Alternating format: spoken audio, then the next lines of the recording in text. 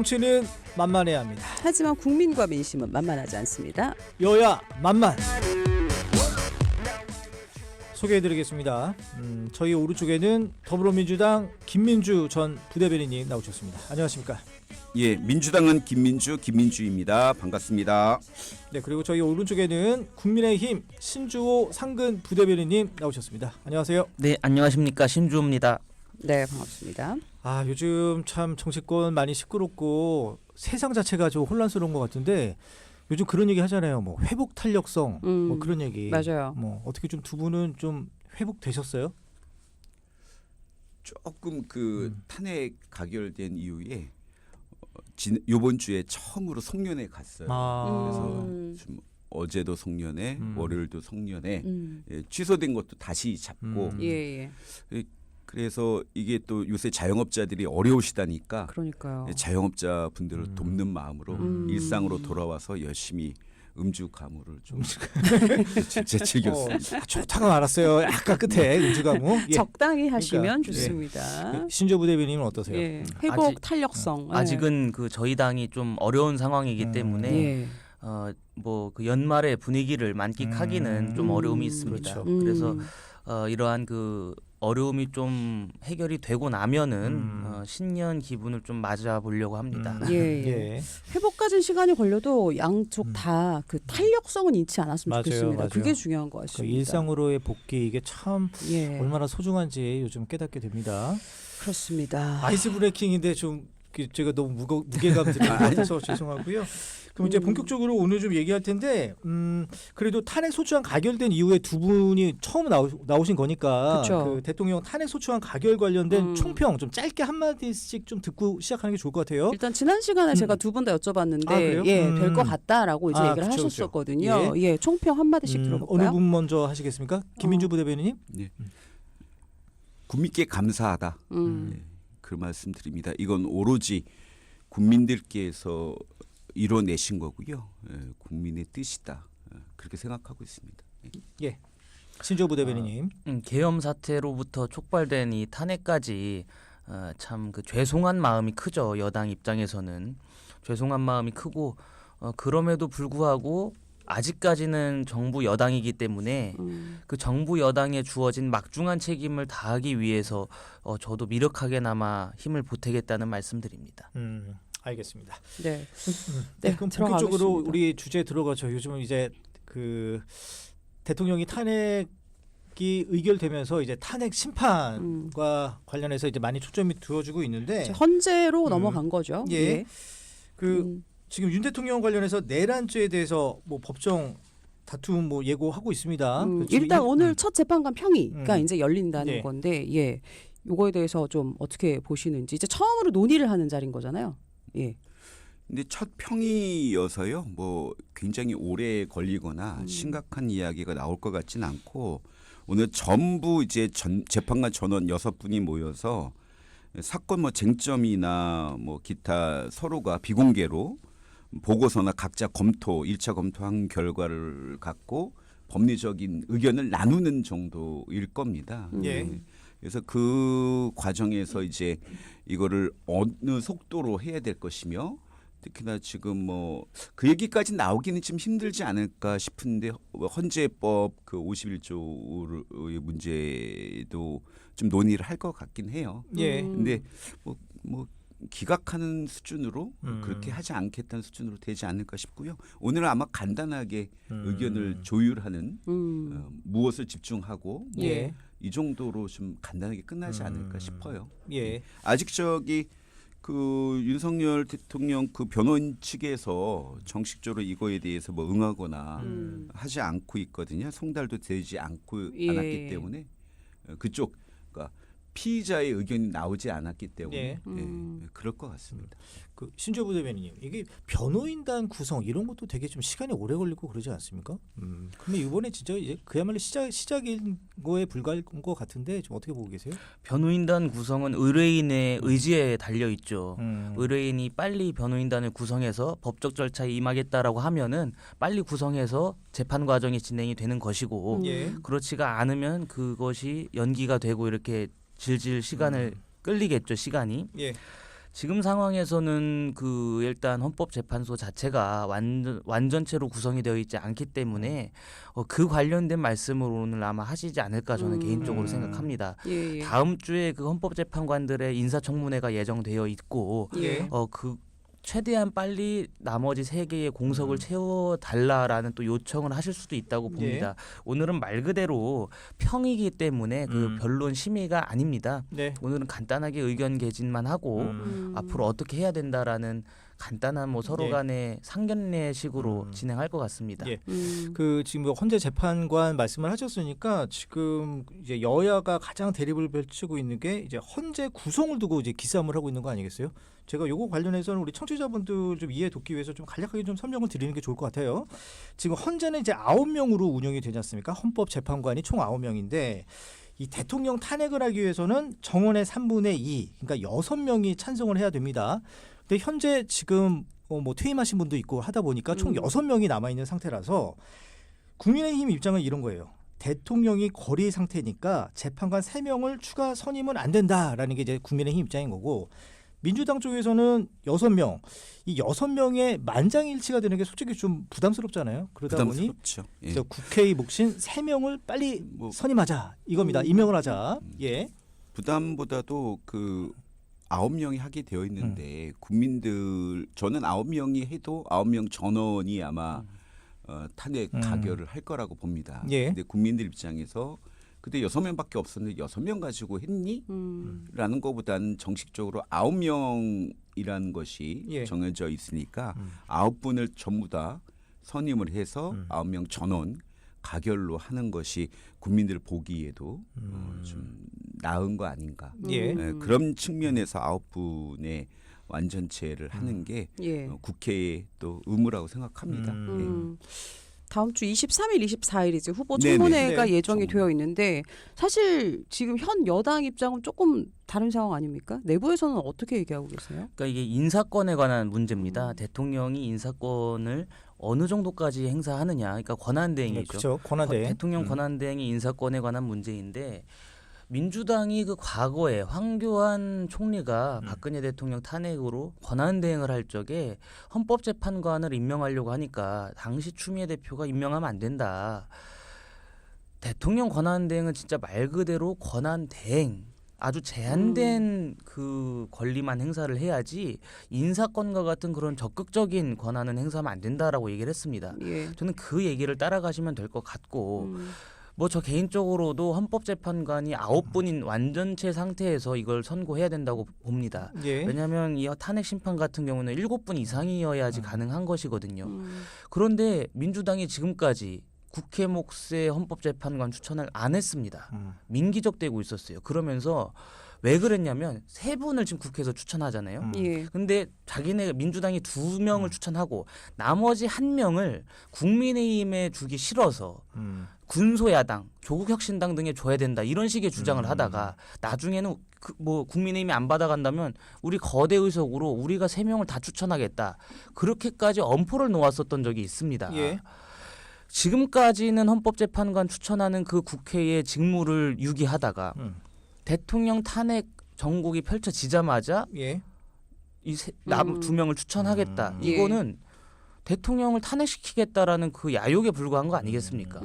게다가 그러니까 이게 순서가 잘못됐다는 말씀을 제가 드리는 거예요. 예. 진정으로 탄핵 심판의 정당성을 부여하고 싶었다면 헌법재판관을 먼저 임명한 다음에 국회 차원에서 추천한 다음에 정식으로 임명이 돼서 9명의 완전체로 구성이 된 다음에 탄핵소추안을 통과시켰어야 됩니다. 예, 예. 그런데 민주당은 거꾸로 했죠. 예. 이유는 분명합니다. 이재명 대표 사법 리스크 때문에 대통령 탄핵 심판은 180일 이내에 해야 된다라는 그 규정을 아주 교묘하게 이용한 겁니다. 먼저 탄핵을 시켜서 넘겨놓고서 그 다음에 헌법재판관을 임명해서 최대한 기간을 짧게 한 다음에 이재명 대표의 사법 리스크를 피해가려는 그 욕심 때문에 이런 꼼수를 벌인 건데 저는 결국에 국민들께서 판단하실 거라고 믿습니다. 네. 알겠습니다. 양보하시죠. 그걸 좀 말씀을 드리면 예. 김희주 부대변인님. 원래가 이제 3명은 국회 몫인데 국회 몫을 여야가 좀 협의하는 과정에서 이제 각각 1명씩 하고 남은 한 명을 갖다가 음. 어떻게 할 거냐에 예. 대해서 서로가 이제 이견이 있었죠. 우리는 이제 군소 정당이나 뭐 이런 데 좀 줄 필요도 있지 않느냐 했을 때 국힘에서는 안 된다라고 했기 때문에 이건 협의하다가 지금 사실은 시간이 간 건 맞아요. 예, 예. 그러다가 이제 지금 뭐 이게 합의가 돼서 23, 24일 해야 되는데 예, 지금 평상시면 이게 좀 더 협의가 됐을 수도 있겠죠. 근데 이 윤석열 계엄 사태, 예. 윤석열 대통령이 갑자기 이런 사건을 벌이는 바람에 이게 급해진 거잖아요. 아무도 생각을 못했기 때문에 그래서 그거는 세 명을 세워야 되는 거는 빨리 모셔야 되는 거는 국민적인 또 바람이 있기 때문에 당연한 거고 예. 똑같은 얘기예요. 그때는 또 반대로 그 황교안 권한대행 시절에 이선의 그 전 헌재 재판관 임명할 때 그때 뭐라고 했냐면 황교안 대표 쪽에 뭐라고 했냐면 이거는 대법원장 몫이다. 양승태 몫이기 때문에 예. 인사권을 행사하는 게 아니라 인사권을 대행하는 거기 때문에 문제가 없다. 그러니까 지금하고 예, 그 예. 똑같이 결부시킬 수는 없다. 대통령 몫이 아니기 때문에 인사권 해명한 게 아니라 예. 대법원장의 몫이다. 마찬가지로 요번에도 세 명은 그 국회 몫이기 때문에 예. 이거는 뭐 권한대행의 인사권을 굉장히 공격적으로 사용하는 게 아니라 예. 수동적으로 대행만 하는 것이다 지금. 네. 알겠습니다. 어쨌든 아니, 당시에는 탄핵안 인용 이후에 예, 그 임명을 하긴 했습니다. 예. 그게 지금 팩트긴 하고요. 그 지금 두 분은 어떻게 보십니까? 이 헌재 결정의 관건이 이렇게 그 헌법 재판관들의 성향에 맞춰진다고 보세요? 아니면 여론이 중요하다고 생각하세요? 아니 예전에 그 2016년 때 박근혜 탄핵 때 박근혜 대통령 탄핵 때 그 당시에는 그 탄핵이 인용될 거라고 전혀 생각하지 않았다고 하지 않습니까? 그 이유가 바로 대통령, 헌재 예. 그죠 당시에 그 대통령 그 청와대가 박근혜 예. 쪽에서는 그렇죠. 그랬죠. 그러니까 예, 헌재 그 어떤 구성 자체가 보수 인사들이 많으니 아 이거는 당연히 이거는 기각될 거야. 라고 생각해서 인용 이유를 생각을 안 했다는 거 아니에요. 뭐 그런 차원에서 본다면 이게 어떤 헌재 구성보다는 뭔가 여론이 더 중요하지 않을까 좀 그렇게 생각되는데 어떻게 보세요? 신조부 대변인님. 일단 헌법이라는 것 자체가 정치적 합의의 산물입니다. 정치적 합의의 산물이기 때문에 그 산물을 가지고 재판을 하는 거 아니겠습니까? 그렇다고 한다면 정치적인 상황 그리고 정치적 배경이 선고에 지대한 영향을 미칠 수밖에 없습니다. 2004년에 노무현 전 대통령 탄핵 때는 중앙선거관리위원회에서 대통령의 발언이 선거법에 위반된다라는 입장을 밝혔습니다. 예. 그럼에도 불구하고 당시의 선관위에서는 당시 헌법재판소에서는 그 대통령직을 파면할 만한 중대한 법률 위반이 없었다라고 판결했습니다. 예. 왜? 그 당시에 노무현 전 대통령 탄핵에 대한 국민적인 역풍이 불었기 때문입니다. 촛불로 광장을 뒤덮었어요. 노무현 대통령을 탄핵하면 안 된다. 예. 그렇게 해서 열린우리당이 과반을 넘겼죠. 그런 총선에서, 다음에 예. 노무현 대통령에 대한 탄핵안이 기각이 된 겁니다. 반면에 2016년 때는 헌법재판소에서 세월호, 뭐 최순실 국정농단, 뭐 삼성 이런 것들이 다 탄핵 사유가 되지 않는다. 다만 피청구인 박근혜를 파면함으로써 얻는 헌법 수호의 이익이 더 크기 때문에 파면한다라고 했습니다. 이건 뭐냐면 국민적 여론 자체가 박근혜 대통령을 파면하라라는 것이 더 들불처럼 일어났기 때문에 파면을 한다라는 것을 저는 우회적으로 표현했다고 봅니다. 예. 그렇기 때문에 헌법재판소의 판단은 법리 해석을 하거나 그런 차원이 아니에요. 솔직히 말씀드리면. 그러니까 여론이 더 중요하다. 여론이 더 중요한 겁니다. 예, 예. 이거는 독일 같은 경우도 마찬가지입니다. 우리가 그 대륙법 체계를 지금 따르고 있지 않습니까? 그렇기 때문에 헌법재판소에서 하는 재판은 뭐 법리 해석을 진짜 심도 있게 하는 것이 아니라 정치적인 상황, 정치적인 배경을 상당히 많이 고려한다.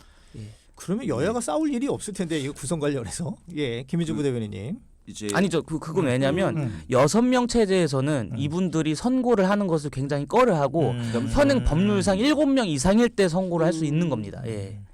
예. 김희주 부대변인. 그 신조 부대변인 말씀에 일부 동의가 되고요. 예. 저는 이제 법치주의 항상 이야기할 때 국민의 법 감정이 매우 중요한 것이다. 예. 법치라는 말은 즉 다시 말씀드리면 법치라는 거는 절대자를 이번에도 정확하게 헌법과 그 법에 의해서 대통령 권한을 제한했는데 윤석열 대통령이 그걸 넘어섰기 때문에 위헌과 위법의 소지가 된 거잖아요. 이게 법의 취지가 바로 이거였던 거예요. 그래서 법이라는 건 통치의 수단이 아니라 예. 예. 절대자에게 과한 권력을 사용하지 못하게 하는 게 음. 중요하기 때문에 예. 법의 감정, 예. 국민의 감정이 중요하다. 그래서 그런 면에서는 동의를 하고요. 이번 건은 조금 다를 수 있습니다. 박근혜 탄핵의 사유는 헌법수호의 의지가 없다였어요. 예. 근데 이번에는 윤석열이 헌법수호 의지가 있나요? 없잖아요. 무슨 말이냐면 부서하지 않았죠. 헌법 82조를 바로 위반했어요. 이건 빼박진 거잖아요. 그러니까 반헌법적인 행위로 계엄령을 선포했던 국무위원, 것들을 우리 너무나 그 명백하다. 계엄령 선포할 때 국무위원 심의를 거치고 부서를 해야 되는 게 헌법 82조에 나와 있단 말이에요. 예. 근데 안 했어요. 그러니까 요식 행위로 뭐 한 예. 5분 만에 끝났다 뭐 이런 것들 말씀하시는 거죠. 그 한덕수 권한대행이 이미 거기에 대해서 문제 있다라고 얘기했잖아요. 예. 본회의 때. 거기다 포고령 자체가 국회에 대한 정치를 제한하는 거 바로 헌법 위반이죠. 예. 그다음에 국회 침탈 생방송을 노출했죠. 그다음에 선관위까지 침탈하려고 그랬죠. 예. 이거는 지금 뭐 너무 증거가 명백하게 차고 넘치기 때문에 예. 그러니까 국민 정서에 반한다. 이건 이미 헌법 수호의 의지가 없다고 해서 박근혜를 탄핵했는데 이거는 윤석열 대통령 완전히 헌법을 어겼잖아요. 그러니까 당시에는 이제 국정농단이었고 어떤 법리적으로 다툴 것도 많았지만 지금은 너무나 명백하다. 그렇죠. 증거가 예. 너무 명백하게 나왔기 때문에 이건 지금 예, 예. 다르죠. 어쨌든 27일 날 첫 변론이 있고 예. 앞으로 이거는 법적으로는 그렇죠. 어떻게 좀 따져갈 앞으로는 좀 여지는 있습니다. 일단은 그렇고 또 이제 중요한 건 그렇다면 이제 헌재 판결이 언제쯤 나올 것이냐가 이제 관건일 것 같은데 그래도 제일 무게감 있는 예측이 4월 18일이에요. 그러니까 대통령 지명 헌법재판관 2명의 임기 종료 시점이 4월 18일인데 이 전에 나올 것이다. 거기에 대해서 두 분이 좀 동의하십니까? 좀 동의하기가 좀 어렵. 예, 김민중 예. 의원님. 저는 이거는 한 달 반, 두 달 안에 금방 될 나오는 것이다. 더 빨리 될 바로 것이다. 예, 이거는 예. 뭐 그럴 수밖에 없는.